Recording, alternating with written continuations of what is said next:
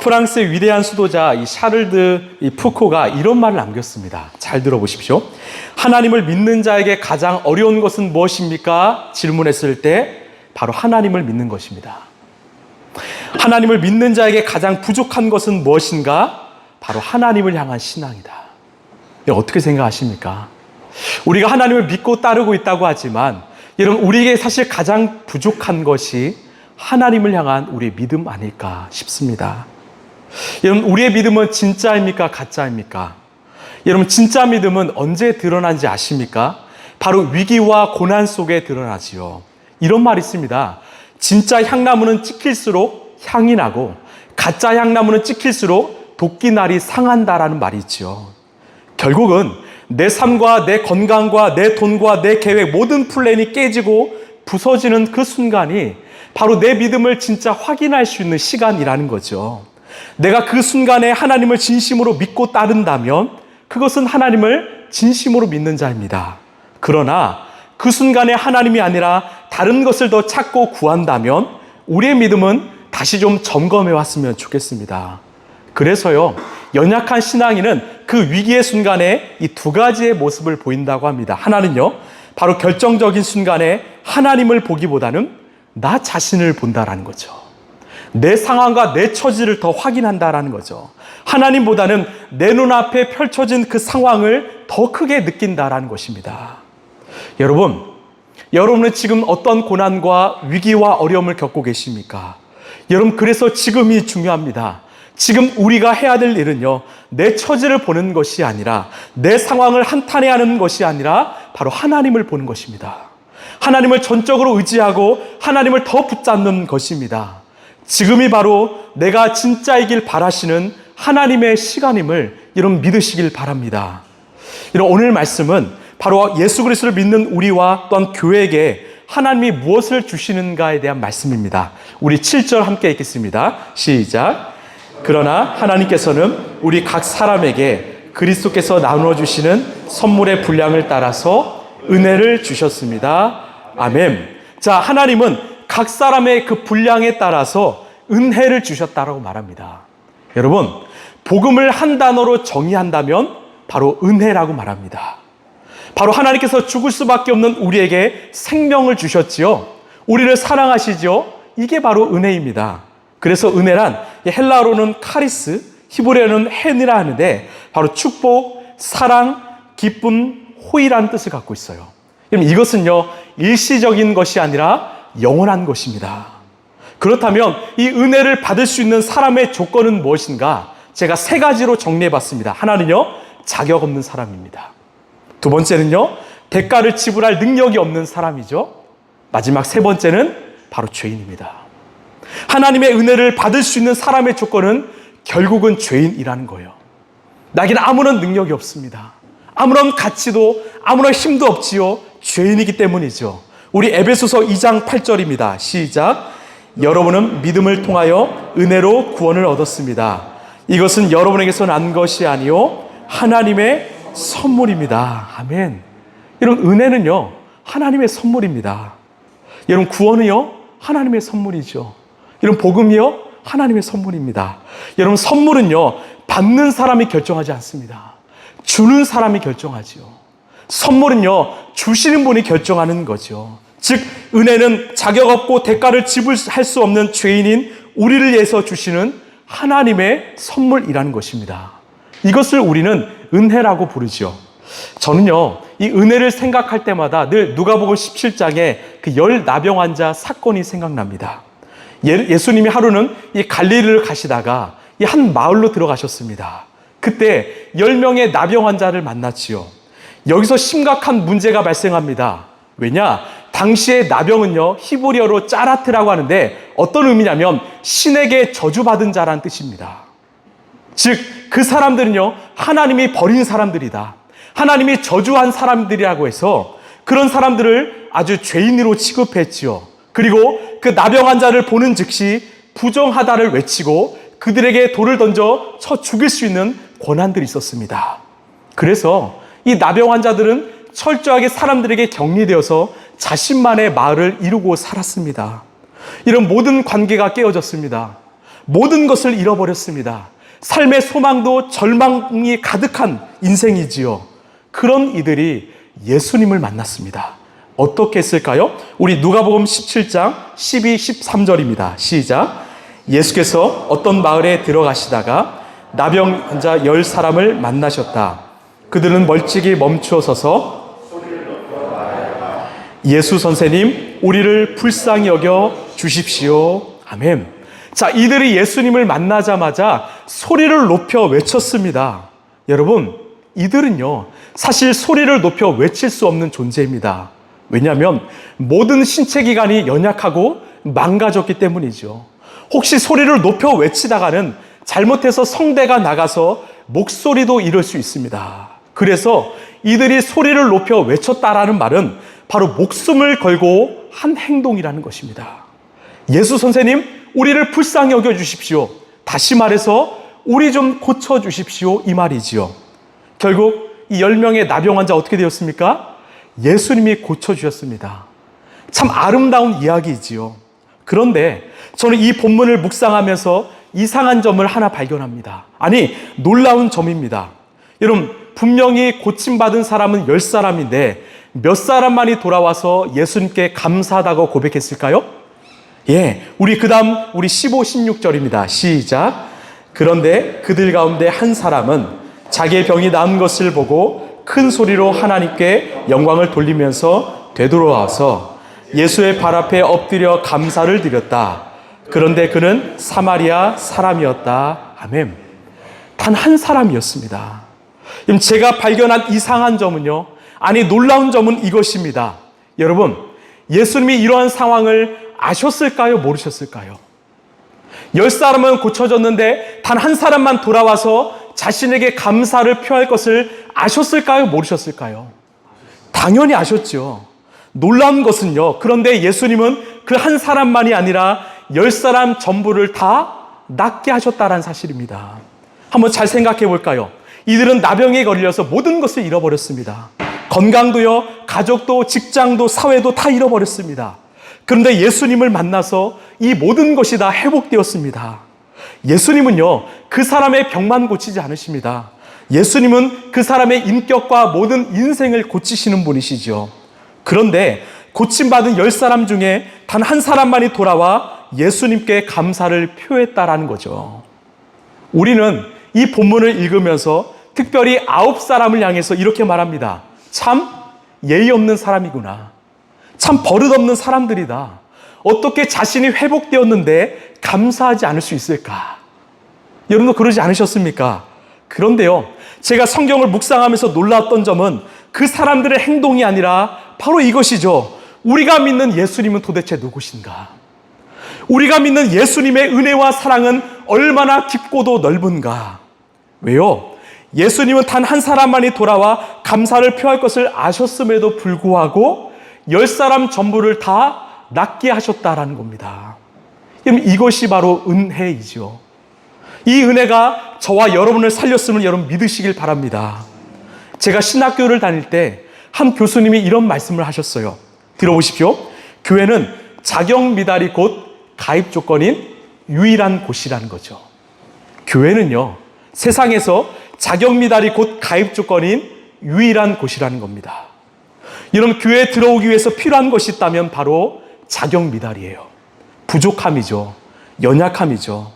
여러분, 세상은요, 우리에게 높은 자격 조건을 요구합니다. 그러나 우리 예수님은 자격 미달을 요구하십니다. 우리가 죄인이기 때문에, 연약하기 때문에 이 안에 들어올 수 있다라는 거죠. 이곳에 들어와서 온전한 회복을 경험하길 원하시는 것입니다. 여러분, 그래서요, 교회에서는 괜찮은 척 안 하셔도 좋습니다. 아프면 아프다고요. 여러분, 힘들면 힘들다고 하셔도 됩니다. 왜? 이런 연약함으로 인하여 우리가 예수님을 더 붙잡고 예수님이 주시는 더 진정한 회복을 경험할 수 있기 때문이죠. 여러분, 한번 질문 하나 할까요? 오늘 우리가 누리는 그 예수님이 주시는 은혜는 무엇입니까? 여러분, 오늘 우리에게 주시는 그 주님의 은혜는 무엇이 있을까요? 참 많죠. 우리가 이렇게 아름다운 예배를 드리고 있잖아요. 특별히 오늘 점심은요, 맛있는 수제비예요. 너무 신나더라고요. 심지어 닭강정도 있어요. 너무 기뻤습니다. 은혜이지요. 또 사랑하는 성도들이 있어요. 또 숨 쉴 수 있는 공기가 있고요. 또 낮에는 빛이, 또 밤에는 어둠이 찾아옵니다. 때마다 비가 내리고 계절마다 맛있는 과일이 열려요. 넘어져 생긴 상처가 아물고요. 뼈가 붓습니다. 우리의 몸과 마음이 회복되지요. 사실 우리의 삶을 잘 돌아보면 이 시간에도 오늘 하루에도 셀 수 없는 하나님의 은혜가 베풀어지고 있다는 겁니다. 여러분 믿으십니까? 여러분 진짜 믿으십니까? 그런데요, 여러분 우리는 이 베풀어 주신 은혜에 대해서 얼마나 감사하고 있습니까? 하루에도 수천 가지의 은혜가 우리에게 부어지는데 우리는 얼마나 그 은혜에 대해서 감사하고 있습니까? 여러분 잘 생각해 볼까요? 우리가 그 돌아오지 않은 9명의 나병 환자를 나무라지만 사실 우리도 마찬가지로 감사를 표하지 않는 그런 9명의 나병 환자의 삶을 살고 있지 않습니까? 우리가 그 사람들을 향해서 왜 저럴까 이야기하지만 우리 역시도 하나님께 감사하지 못하고 주님께 돌아가지 않는 그런 9 나병 환자의 삶을 살고 있지는 않습니까? 여러분 누가 누구를 나무랄 수 있을까요? 여러분 우리도 죄인이기 때문이죠. 그런데 은혜가 무엇입니까? 우리의 반응에도 상관없이 하나님은 변함없이 신실하게 은혜를 베푸신다라는 것입니다. 우리의 반응에 상관없이 오늘 또 하나님은 신실하게 은혜를 베푸신다라는 거죠. 왜? 은혜는요 받는 자의 권한이 아니라 주는 자의 권한이기 때문이죠. 은혜는요 받는 자의 결정이 아니라 주시는 분의 결정이기 때문이죠. 그런데요 여러분 진짜 은혜가 뭔지 아십니까? 여러분 오늘 이것 하나 기억하시겠습니까? 제가 이 말을 정말 고백하는데 가슴이 벅차더라고요. 여러분 진짜 은혜는요 바로 우리 하나님께서, 우리 예수 그리스도께서 우리에게 당신 자신을 주셨다라는 거예요. 여러분 진짜 은혜는요 우리 하나님이, 우리 예수 그리스도께서 당신 자신을 우리 인생에게 주셨다라는 거죠. 어떤 비싼 선물이나 좋은 선물 정도가 아니라 이 세상을 창조하시고 다스리시는 하나님께서, 그 예수 그리스도께서 당신 자신을 우리에게 주셨다라는 것입니다. 우리에게 예수님을 주셨습니다. 예수님이 찾아오셨죠. 그래서 우리 안에는 예수님이 주시는 그 구원과 하나님 나라와 성령과 지혜와 사랑, 능력, 평안이 우리 안에 있다라는 것입니다. 여러분 믿으십니까? 여러분 이게 복음이죠. 여러분 이것을 믿으시길 바랍니다. 복음은요 바로 하나님께서 우리에게 당신 자신을 주신 것입니다. 이 대표적인 사건이 바로 예수님이 이 땅에 오신 성육신 사건이 아닐까요? 여러분 성육신은요 바로 예수님이 당신을 우리에게 주신 사건이지요. 여러분 예수님이 이 땅에 오셔서 자신을 생명의 떡이라 하셨습니다. 마르지 않는 샘물이라 하셨죠. 자신을 먹으라 하셨습니다. 왜? 그래야 살 수 있기 때문이죠. 또한 성육신의 하이라이트는요 바로 예수님이 십자가에 달리신 사건이지요. 우리의 죄값을 지불하시기 위하여 예수님은 자신의 모든 것을 버리시고 십자가에 달리셨지요. 그래서 우리는 죄사함을 얻고 영원한 생명을 얻게 된 것입니다. 그래서요 제가 다시 한번 말씀드립니다. 진짜 은혜는 내가 돈이 많아지고 지평수가 늘어나고 높은 자리에 올라가는 것이 아니라 생명이신 예수 그리스도께서 우리 안에 임하신 것이지요. 예수 그리스도가 우리의 인생의 주인 되신 거죠. 그 예수님이 나와 함께 하신 거죠.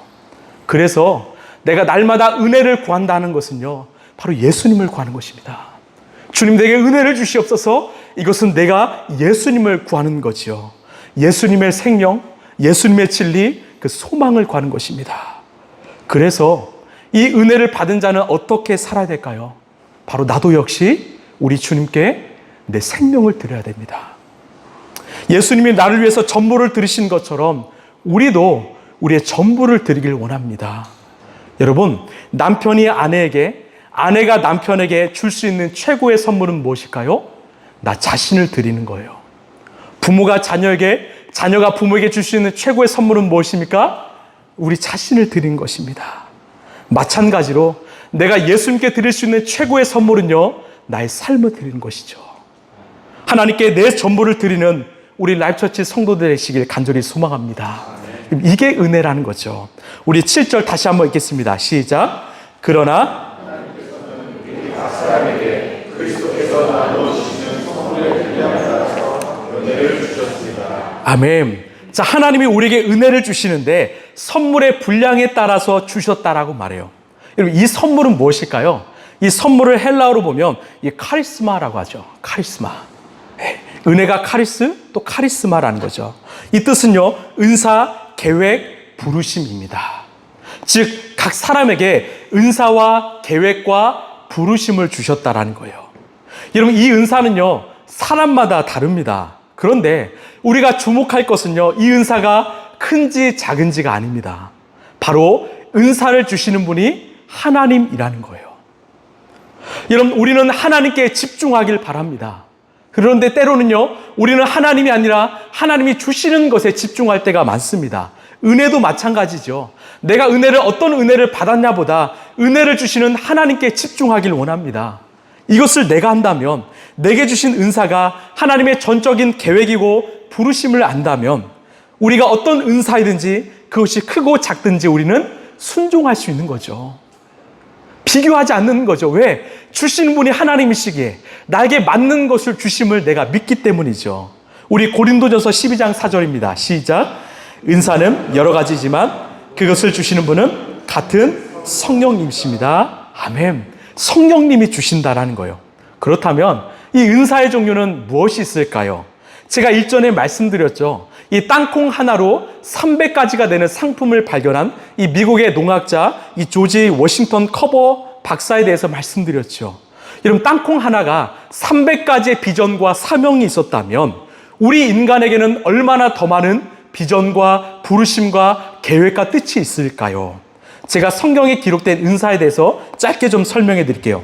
자, 고린도전서 12장 8절에서 10절을 보시면 어떤 은사가 있냐면 성령을 통하여 지혜의 말씀을 주십니다. 또 누군가에게는 지식의 말씀을 주십니다. 또 믿음을 주시고요. 누군가에게는 병 고치는 은사를 주십니다. 또 기적을 행하는 능력도 주시고 예언하는 은사도 주세요.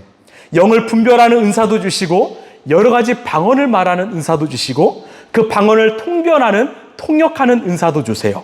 또 로마서 12장을 보시면 예언이면 믿음의 정도에 맞게 예언하게 하시고 또한 섬기는 일을 하시고 또한 가르치는 은사를 주시고 또 권면하는 은사를 주시고 나눠주는 은사도 주십니다. 지도하는 은사도 주시고 자선을 베푸는 것도 은사라는 거죠.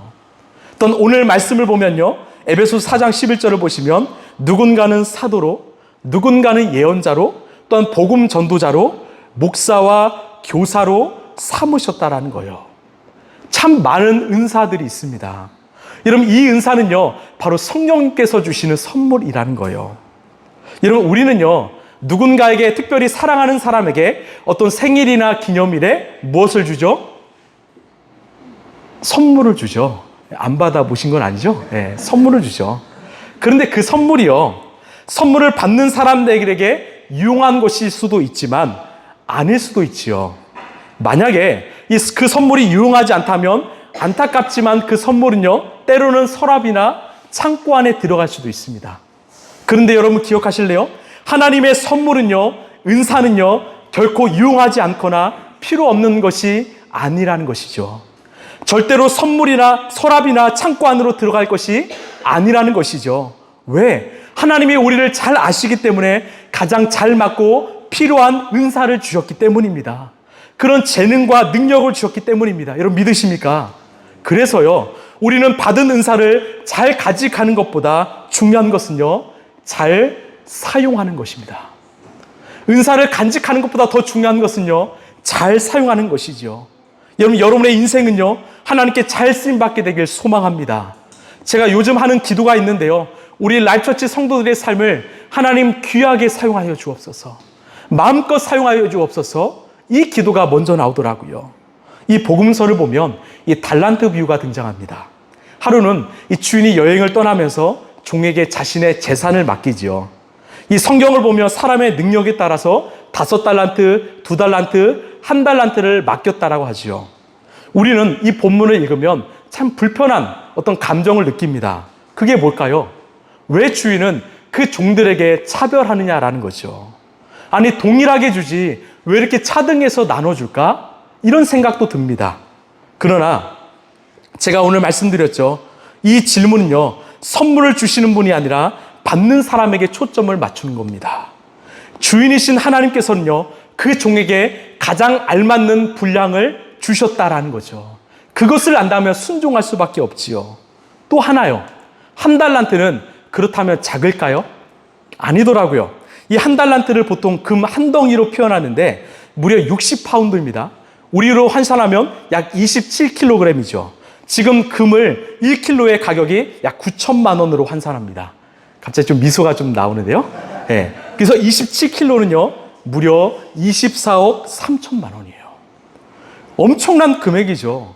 우리는 이 짧은 시각으로 왜 차별하냐 말할 수 있지만 하나님의 기준으로 보면 아닙니다. 감사할 조건이죠. 단 한 달란트로도 엄청난 가치가 있기 때문이죠. 그렇다면 이 달란트를 받은 사람들은 어떻게 했을까? 우리 마태복음 25장 16, 17절입니다. 시작.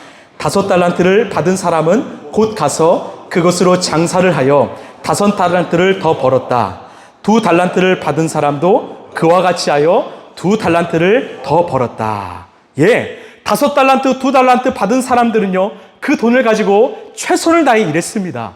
그리고 이윤을 남겼지요. 그런데 한 달란트 받은 사람은 어떻게 했을까요? 우리 그 다음 18절입니다. 시작.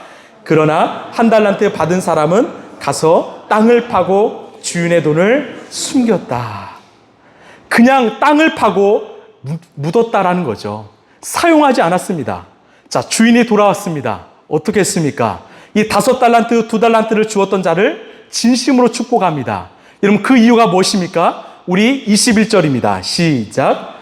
잘했다, 착하고 신실한 종아, 내가 적은 일에 신실하였으니 이제 내가 많은 일을 내게 맡기겠다. 와서 주인과 함께 기쁨을 누려라. 아멘.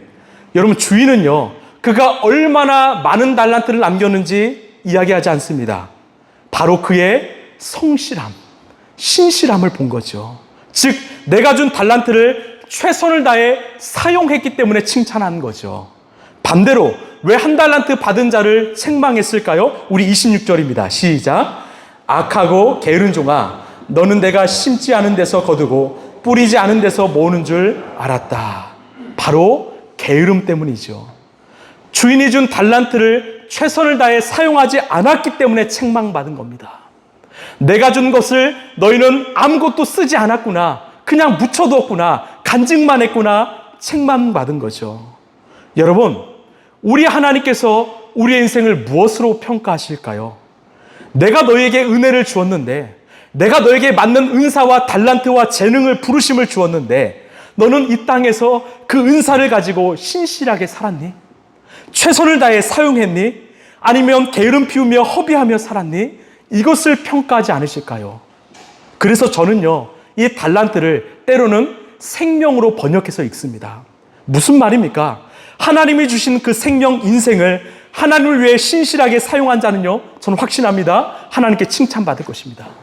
그런데요, 하나님이 주신 그 생명을, 인생을 허비하고 게으름 피우며 낭비한 자는요, 저는 확신합니다. 하나님께 책망받을 것입니다. 결국 우리의 생명 은사는요, 다른 사람보다 크고 작냐의 문제가 아니라 바로 잘 사용했느냐라는 거죠. 여러분, 여러분의 인생을 잘 사용하고 계십니까? 여러분에게 주신 근사와 달란트를 잘 사용하고 계십니까? 여러분, 우리의 시간도 마찬가지입니다. 성경은요, 시간을 아끼라 때가 악한다 말씀하지요. 여러분, 우리의 시간은 곧 생명입니다. 여러분, 어제 하루 어떻게 보내셨습니까? 여러분, 어떤 생각과 어떤 삶을 살며 보내셨습니까? 주님이 주신 그 시간과 생명을 신실하게 잘 사용하셨습니까? 아니면 게으름 피우며 허비하며 낭비하셨습니까? 하나님은 그것을 보신다라는 거죠. 여러분, 돈도 마찬가지입니다. 이 김동호 목사님이 이런 말을 했습니다. 돈은 복이 아니라 은사입니다. 왜 은사냐? 은사는 주님을 위해 쓰라고 주시는 것입니다. 돈은 정직하게 벌고 하나님의 뜻대로 바로 쓰면 선이 되고 복이 됩니다. 그러나 정직하게 벌지 않고 하나님의 뜻대로 쓰지 않으면 악이 되고 화가 됩니다. 결국 악과 선, 화와 복은 사람에게 달려있지 돈 자체에게 달려있는 것은 아닙니다. 이런 우리의 인생도 마찬가지죠. 하나님은 각자의 분량에 맞게 은사를 주셨습니다. 여러분, 믿으십니까? 여러분, 이 은사는 쌓아두라고 주신 것이 아니라 하나님 나라를 위해 잘 쓰라고 주신 거지요. 그렇기에 우리 역시도 5달란트, 2달란트 받은 자와 같이 신실하게 내 생명, 내 은사를 주님을 위해 귀하게 쓰이길 간절히 소망합니다. 마지막으로 이 은사의 최종 목적과 방향은 무엇일까요? 우리 11, 12절입니다. 시작. 그분이 어떤 사람은 사도로, 어떤 사람은 예언자로, 어떤 사람은 복음 전도자로, 또 어떤 사람은 목사와 교사로 삼으셨습니다. 그것은 성도들을 준비시켜서 봉사의 일을 하게 하고 그리스도의 몸을 세우게 하려고 하는 것입니다. 아멘. 자, 누군가는 사도로, 예언자로, 복음 전도자로, 목사로, 교사로 삼았다라고 말하죠. 여러분, 이것의 공통적인 목적은요, 바로 복음을 전하는 통로입니다. 복음을 전하는 도구라는 거죠. 저는요, 우리 교회를 생각하면 가장 먼저 이 구원의 방주가 떠오릅니다. 정말로 이 시대에 아파하고 울고 있는 영혼들을 건지는 그 구조선이 되기 위해서 하나님이 이 땅 가운데 라이프처치를 세우셨다라는 거죠. 저번 주 수요일이었습니다. 갑자기 준호 형제가 이 데이트하자고 연락을 했습니다. 여러분, 연락 주시면 저는 언제든지 만날 수 있습니다. 그래서 저희 집 근처에 생긴 이 카페, 새로 생긴 카페에 갔습니다. 근데 그 카페 이름이요, 이 노예라는 거예요. 어떤 뜻일까, 노예? 잘 곰곰이 생각해 보니까 이 노예가 바로 노아의 헬라 말이더라고요. 그리고 그 큰 창을 봤더니 이 방주 모양의 그림이 그려져 있고 이 아르카라고 써 있는 겁니다. 이 아르카는요, 이태리어로 방주를 뜻하지요. 제가 기독교 출판사 아르카를 알기 때문에 이것을 알아냈습니다. 그래서요, 제가 그 주인분께 물었습니다. 혹시 저 노예라는 말이 노아인가요? 저 아르카 혹시 방주인가요? 그랬더니 맞다라는 거예요. 알고 봤더니 그 카페에 이렇게 음악이 나오는데 이 찬송가, 이 CCM 피아노 곡이 나오더라고요. 제가 준호 형제를 만나고 돌아오는 길에 하나님께 얼마나 감사한지 모릅니다. 사실 저는요, 늘 24시간 동안 이 교회에 대한 생각에 온통 가득 차 있습니다. 어떻게 하면 우리 교회가 이 초심을 잃지 않고 이 사명을 잃지 않고 정말로 끝까지 복음을 전하는 도구로 생명을 살리는 하나님의 구조선으로 노아의 방주로 쓰임받을 수 있을까? 저는 여기에 늘 고민하고 있습니다.